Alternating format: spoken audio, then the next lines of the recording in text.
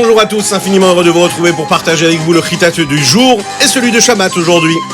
Nous sommes le Yom Shishi et le Yom Shabbat Kodesh, Parashat Bo, et Shvat, et Vav Shvat, et Tafshin Pegimel Shnatakel, l'année du rassemblement. Et nous allons commencer tout de suite par le Chumash. C'est précisément à Chatzot, au milieu de la nuit, qu'Akadosh Baruch Hu va tuer donc tous les premiers-nés égyptiens. Mais pas seulement des hommes, il y avait aussi à ce moment-là les premiers-nés des animaux qui ont été tués. Le seul qui a été épargné, c'est Paro, parce qu'Akadosh Baruch Hu voulait qu'il reste vivant pour qu'il puisse voir tous les miracles qui auront lieu pendant cette sortie d'Égypte, mais aussi au moment de la traversée de la mer Rouge. Akadosh Baruch Hu fait en sorte que Paro se réveille, il voit ce qui se passe.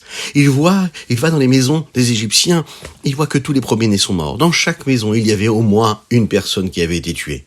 Vous l'imaginez, la détresse dans laquelle ils étaient? Paro décide de sortir de son palais et d'aller en plein milieu de la nuit chercher Moshe et Aaron. Une fois qu'il les trouve, il leur demande de sortir avec tous les Juifs d'Eretz Mitzraïm, de l'Égypte. Tout le monde, les enfants, les adultes et les animaux, prenez tout ce qui vous appartient, prenez et sortez. Il y a à ce moment-là des bénis Israël qui avaient peur de sortir, ils voulaient rester. Ils avaient peur d'aller dans le désert, ils ne savaient pas ce qu'il y avait dans le désert. Eh bien les Égyptiens les ont poussés, les ont encouragés à partir. Alors qu'il y a quelques jours de cela, ils ne voulaient surtout pas les laisser partir. Donc les bénis Israël n'ont pas eu beaucoup de temps pour préparer de quoi manger. Vous savez que quand on part en voyage, il faut toujours préparer de quoi manger, c'est important. Mais ils n'ont pas eu le temps. Alors ils ont pris les morceaux de pâte qu'il leur restait, qui n'étaient même pas encore cuites. Ils ont aussi pris les restes des matzot et du maror, du korban pessar qu'ils avaient fait juste avant. Ils les ont mis sur leurs épaules. Pourquoi? Les textes nous disent, c'est pour porter sur leur corps une mitzvah, parce qu'ils n'avaient pas de mitzvot. Ils demandent aux Égyptiens de l'or, de l'argent, des vêtements pour la route. Ils vont prendre tout cela et ils vont les mettre sur leurs chameaux. Les textes nous disent que les femmes ont pris aussi avec elles des tambourins. Pourquoi? Parce qu'elles avaient une émouna, un bitachon, une foi en Dieu, une confiance en Dieu tellement grande qu'elles savaient qu'Akadosh Baruch Hu, que Dieu allait faire des miracles, et elles voulaient déjà se préparer à se réjouir pour cela et remercier Hachem. Moshe va se soucier d'autre chose. Il va aller chercher le cercueil de Yosef qu'il a fait sortir du Nil, comme il lui avait promis. Il va prendre aussi les cercueils des autres shvatim, des autres tribus. Et les bénis Israël vont aussi prendre avec eux les bois, du bois que Yaakov avait planté déjà, qui allait servir un petit peu plus tard pour le Mishkan. Akadosh Baruch Hu s'est aussi soucié d'autre chose. Il leur a amené un malach, un ange, qui allait leur montrer la route. Ils sont tous sortis de Ramsès à côté de Goshen, et ils sont arrivés à un endroit qui s'appelait Sukkot. Là-bas, près de Yam-Souf, la mer Rouge, Moshe a compté le peuple juif. Ils étaient 600 000 hommes qui dépassaient l'âge de 20 ans. Il y a aussi, le texte nous dit, un groupe de Erev Rav, c'est-à-dire des Égyptiens qui ont décidé de suivre les bénis Israël parce qu'ils voulaient quitter cette Égypte-là, ils voulaient s'associer aux Juifs. Quand ils sont arrivés à Sukkot, les bénis Israël ont commencé à faire cuire ces morceaux de pâte-là et en ont fait des matzot. Et ces matzot, il y a eu un miracle, elles ont suffi pendant 1 mois aux bénis Israël pour se nourrir, jusqu'au moment où la manne a commencé à descendre. Si on compte bien, les bénis Israël sont restés en Égypte 210 années. Akadosh Baruch Hu les fait sortir, et ils ne sont pas restés donc une seule minute de plus qu'il n'avait été prévu déjà à la base de ces années-là d'esclavage en Égypte. Cette nuit-là, où ils sont sortis, est appelée l'El Shimurim. C'est une nuit où Akadosh Baruch Hu nous garde. C'est la raison pour laquelle elle va toujours s'appeler l'El Shimurim, même lorsque l'on va célébrer Pessah chaque année dans le peuple juif, depuis cet épisode-là de notre histoire. Il y a d'autres halachot qui concernent notre Chumash, c'est celle du Korban Pessah. C'est seulement celui qui croit en Dieu qui a la possibilité de manger le Korban Pessah. Celui qui travaille chez un juif aussi peut manger le Korban Pessah, mais tout le monde devait avoir la Brit Mila. Il y a une autre halacha, c'est de l'interdiction de casser un morceau d'os qui provient du Korban Pessah. Tout le monde devait donc accomplir ce qu'Akadosh Baruch Hu avait demandé. Et vous l'imaginez, tout le monde a voulu accomplir ce qu'Hachem avait demandé. Akadosh Baruch Hu va donner aussi une autre mitzvah, celle de racheter les premiers-nés. Peter Hamor, à savoir que quand on avait un premier-né qui venait d'un chameau, on devait tout de suite le racheter. Comment est-ce qu'on devait le racheter? En donnant à la place un agneau, par exemple, au Kohen, pour racheter cet âne-là ou ce chameau-là.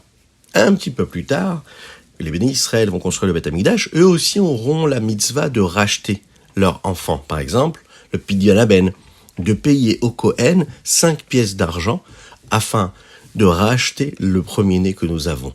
Le premier-né, qui a 1 mois, juste après sa naissance, on doit faire ce que nous appelons le Pidyon Haben.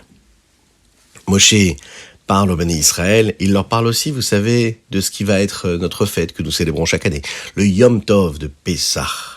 Et il nous donne aussi la mitzvah de manger la matzah pendant ce Pessah, mais aussi une grande mitzvah, celle de raconter aux enfants les miracles qui ont eu lieu pendant la sortie d'Égypte.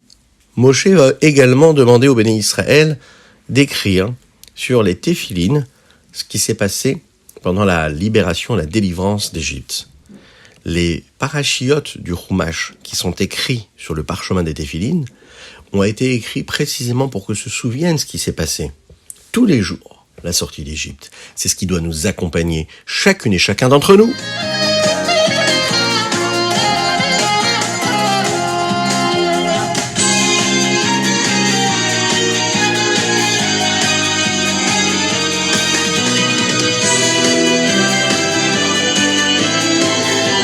Et nous passons tout de suite au Teilim du jour, aujourd'hui, donc le 5 du mois de Shvat, mais aussi, on va étudier le Teilim qui correspond à demain, Yom Vav Shvat.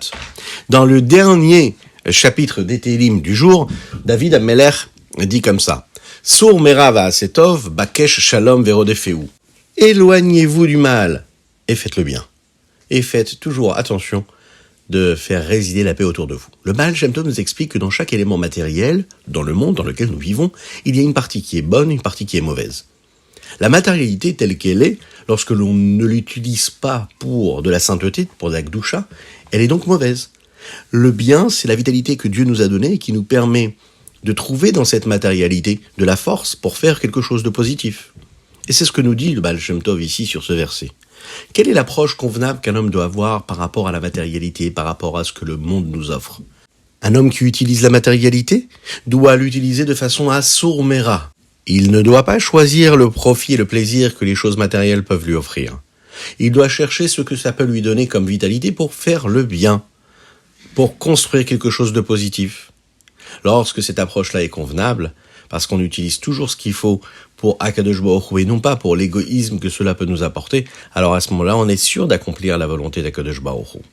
Et dans le chapitre 37 qui correspond au Teilim du Yom Shabbat Kodesh de demain, David Amelech dit comme ça, « Mais Hashem mitzad gever konanu, Akadosh Baruch Hu décide là où l'homme doit aller. Vedarko yerpatz. Vedarko yerpatz. Et lui, l'homme, choisit d'aller vers sa route. » La Chassidut nous enseigne qu'il y a un lien entre les deux. C'est parce qu'Hachem veut ce chemin-là que l'homme va choisir ce qu'il est en train de choisir. Akadosh Baruch Hu nous envoie quelque part pour accomplir une mission. C'est la raison pour laquelle il nous amène par Hashgacha Pratit. C'est lui qui va par cette surveillance-là précise et particulière qu'il y a sur chacun et chacune d'entre nous. On doit toujours se souvenir que si on est quelque part, c'est parce qu'Hachem a préparé pour nous une mission. On a quelque chose à faire. Et on doit s'assurer de bien accomplir cette mission-là comme il le faut.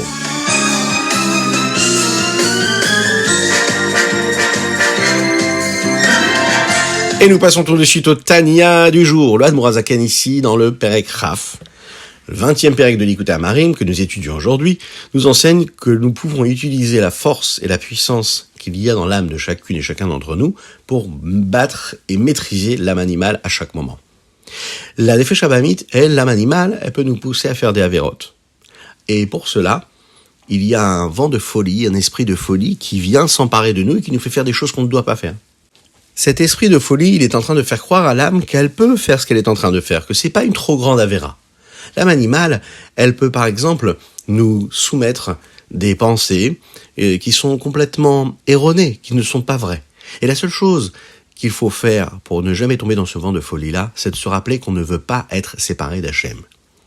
Chacun, on a la possibilité de se rendre compte que si on fait telle ou telle chose, on va se séparer d'Hachem. On doit toujours se rappeler de cela. C'est la force de la Hava Mesuteret, cette âme cachée, qui est un amour qui est tellement fort et tellement puissant, que quand on le réveille, eh bien, il a la possibilité de contrer cet esprit de folie qui nous sépare d'Akadosh Baruch Hu. Et nous en avons les forces. Ces forces-là, on les prend des 2 mitzvot qu'Hachem nous a données.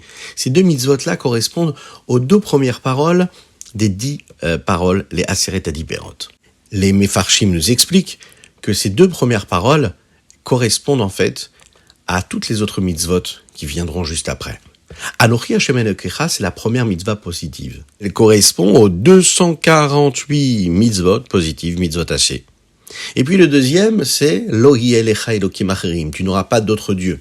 Eh bien, toutes les mitzvot négatives, lo ta'aseh, les 365 autres, elles arrivent de ce verset-là. C'est la raison pour laquelle, quand on a entendu les 2 premières mitzvot, on les a entendues d'Akadosh Baruch Hu lui-même parce qu'elles incluent toutes les autres mitzvot. Le Admour Hazaken, l'auteur du Tanya, nous explique qu'il faut comprendre une chose. L'unicité d'Akadosh Baruch Hu, elle vient justement de cela. Lorsqu'Akadosh Baruch Hu a créé le monde, il l'a créé avec la parole. Bidvar Hashem Shamaim Nasu. Hashem a créé le monde avec la parole. Et dans les prochaines parties du Tanya, nous verrons comment, bien qu'il ait créé le monde, lui-même n'a jamais changé, bien qu'il ait lui-même déjà créé ce monde-là, il ne change jamais. C'est celui qui était, c'est celui qui sera. D'ailleurs, dans le Tanya de Shabbat, on rappelle ce que nous disons tous les jours dans la Tfila. Ataou Hatchelon Ivraha Olam, Ataou Meshin Ivraha Olam. Hachem que nous connaissons maintenant, c'est le même Hachem qu'il y avait avant que le monde ait été créé. C'est précisément ce qui se passe. Et ça fait partie de la Emouna, la foi que nous avons chacune et chacun d'entre nous. On peut le comprendre avec notre cerveau, mais ça demande beaucoup d'efforts. La question qu'on pourrait se poser, c'est comment est-ce qu'Hachem, qui a créé le monde, peut être le même qu'il était avant de l'avoir créé ? Le monde est tellement grand, il est tellement important, il y a tellement de petits détails. Comment est-ce qu'on peut dire qu'Hachem n'a pas changé, n'a pas été transformé après avoir créé ce monde-là ? Il faut savoir que nous savons que Bidvar Hashem Shamaim Nasu, que c'est par la parole d'Akadosh Baruch Hu que le ciel a été créé. Le mot d'Akadosh Baruch Hu, la parole d'Akadosh Baruch Hu, c'est elle qui crée. Mais le monde, il peut être aussi grand, il n'y a pas de séparation. C'est un petit peu comme un mot qu'on est capable de dire. Lorsqu'on prononce un mot, eh bien, il n'y a pas de différence chez nous. On a dit un mot, on en a dit un deuxième, on n'a pas été transformé par la parole. On peut parler, on peut ne pas parler, on reste le même. Eh bien, il faut savoir que Bidvar Hashem Shamaim Nasu, Hashem c'est pareil. Quand il a créé le monde, il a créé avec la parole. Ce qui veut dire que il n'y a pas eu de changement. Il a dit un mot, le monde a été créé, mais lui n'a pas changé, comme un homme quand il parle, et qui ne change pas parce qu'il a dit un mot ou un autre mot. Pour Akadosh Baruch Hu, le monde n'est pas aussi grand que pour nous. Pour Akadosh Baruch Hu, ça n'est rien, et ça est tout en même temps. Akadosh Baruch Hu a créé l'homme avec la possibilité de parler. Et la capacité de parole, elle est infinie. Un homme, s'il veut, il peut parler du matin au soir sans s'arrêter. Et donc, dans un seul mot qu'il prononce, ça n'est rien à côté de tout ce qu'il est capable de dire. D'ailleurs, c'est pareil pour les pensées. On a une pensée, on est conscient de penser à quelque chose, mais il y a tellement de pensées qui traversent notre esprit. Mais le Rabbi Shlomo Zalman nous parle ici de quelque chose d'encore plus fort que la pensée. Avant qu'un homme ait la pensée, il a d'abord la volonté. Et avant qu'il veuille quelque chose, il a besoin de savoir dans son intellect. Il faut qu'il y ait quelque chose qui précède la volonté, qui précède la pensée, qui précède même la parole et donc les mots qu'il va choisir. Et la quantité de choses qu'on est capable de savoir et de vouloir est infinie. Prenons un exemple. Lorsqu'on rentre par exemple dans une grande sifria, une grande bibliothèque, et que l'on prend ce livre-là et qu'on ouvre ce livre-là, et qu'on lit un seul mot dans ce livre-là, est-ce que ce seul mot a de l'importance par rapport à toutes les connaissances qu'on pourrait déjà avoir ? Ou bien, un autre exemple, vous avez demandé à manger une glace. Est-ce que le fait d'avoir prononcé ce mot-là, ça a de l'incidence et ça a de la valeur par rapport à toutes les espèces d'aliments que vous êtes capable d'avoir envie de manger ? Alors, un seul mot, c'est rien par rapport au potentiel, à la capacité que nous avons de parler. Les capacités et les possibilités que Dieu nous ont données par rapport à la parole, ça n'est rien face à ce petit mot que nous venons de prononcer. Maintenant, si on compare ça à la capacité de penser que nous avons, à ce pouvoir-là, une seule pensée par rapport à la capacité que nous avons et au potentiel de toutes les pensées qui peuvent traverser notre esprit. Cette petite pensée, ça n'a l'air rien du tout. Maintenant, si on compare les capacités de penser à la capacité et au pouvoir que nous avons de réfléchir, d'intellectualiser, ça n'est rien par rapport à tout ce à quoi on pourrait penser et à imaginer et à intellectualiser. On peut comprendre comment un seul mot d'un homme, ça n'est rien par rapport à tout ce que l'homme est capable de dire ou de penser ou de vouloir ou de réfléchir.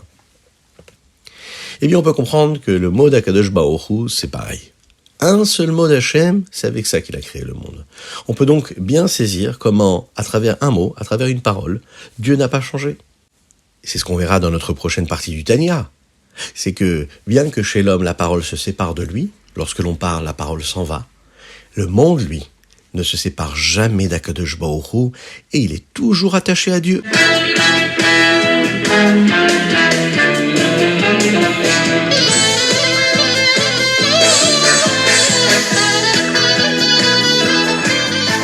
Et nous passons tout de suite au Hayom Yom, dans le Mahamar, qui commence par justement les mots dont nous avons parlé aujourd'hui. Bidvar Hashem Shamaim Naasu, par la parole d'Hachem, le ciel a été fait. Le Rabbi Rayatz, le Rabbi Yosef Yitzhak, le Rabbi précédent, nous explique cela. Il nous dit la raison pour laquelle Akadosh Baruch Hu a créé le monde par la parole, c'est que l'homme, lui, va utiliser aussi cette capacité-là de parler pour renforcer le monde.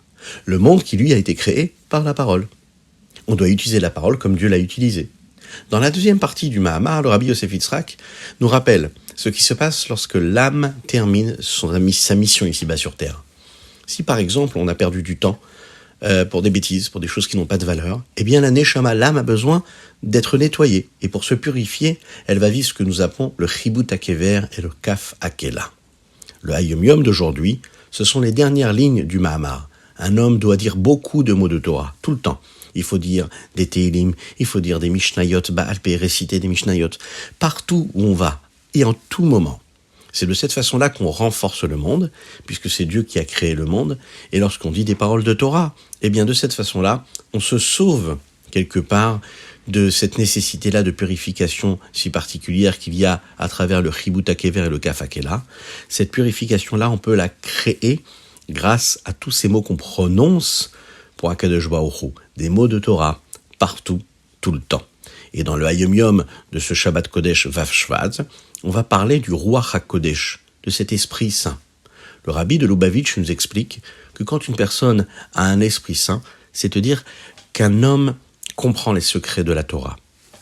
Les Juifs qui vivaient à l'époque de Matan Torah, c'était des Juifs qui, eux, avaient une spiritualité qui était beaucoup plus grande que nous. Les livres que les Talmidei Chachamim étudiaient à cette époque-là et écrivaient étaient écrits avec Ruach HaKodesh, avec un Esprit Saint. Le Rabbi nous dit que c'est ce qui s'est passé jusqu'à l'époque où le Shach a vécu, ainsi que le Taz. Vous savez, ce sont ces commentaires-là, qui sont plus que des commentaires, qui nous permettent de comprendre la Halacha. Le Siftei Kohen et le Taz, le Touré Zahav. À notre époque, il y a un nombre et un chiffre très très très restreint de ces Talmidei Chachamim qui ont pu écrire des livres avec un Esprit Saint.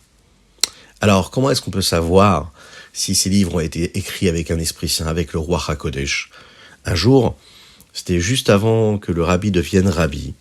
Le Rabbi est rentré dans le 770 et il a vu un Bachour, un jeune homme qui étudiait la Gemara avec le Penei Yehoshua. Le Penei Yehoshua, c'est un grand commentaire de la Gemara qui est étudié, qui est très reconnu dans toutes les yeshivot.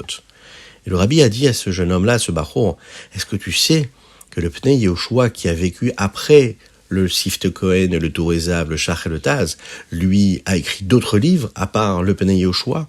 Mais pourquoi nous étudions précisément ce livre-là et pas les autres qu'il a pu écrire? Et le Rabbi a répondu.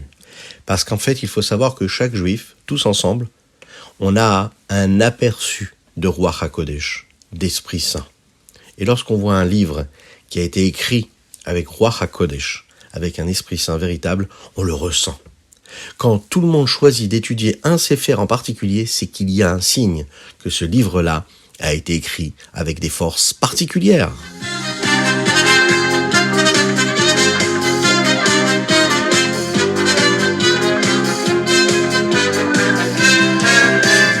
Et voilà, c'était notre Chitat du jour de Yom Shishi et Yom Shabbat Kodesh. Que Dieu vous bénisse. Je vous souhaite un excellent Shabbat Shalom, un Shabbat de paix, de sérénité, de joie. Que Dieu vous bénisse et qu'il vous protège.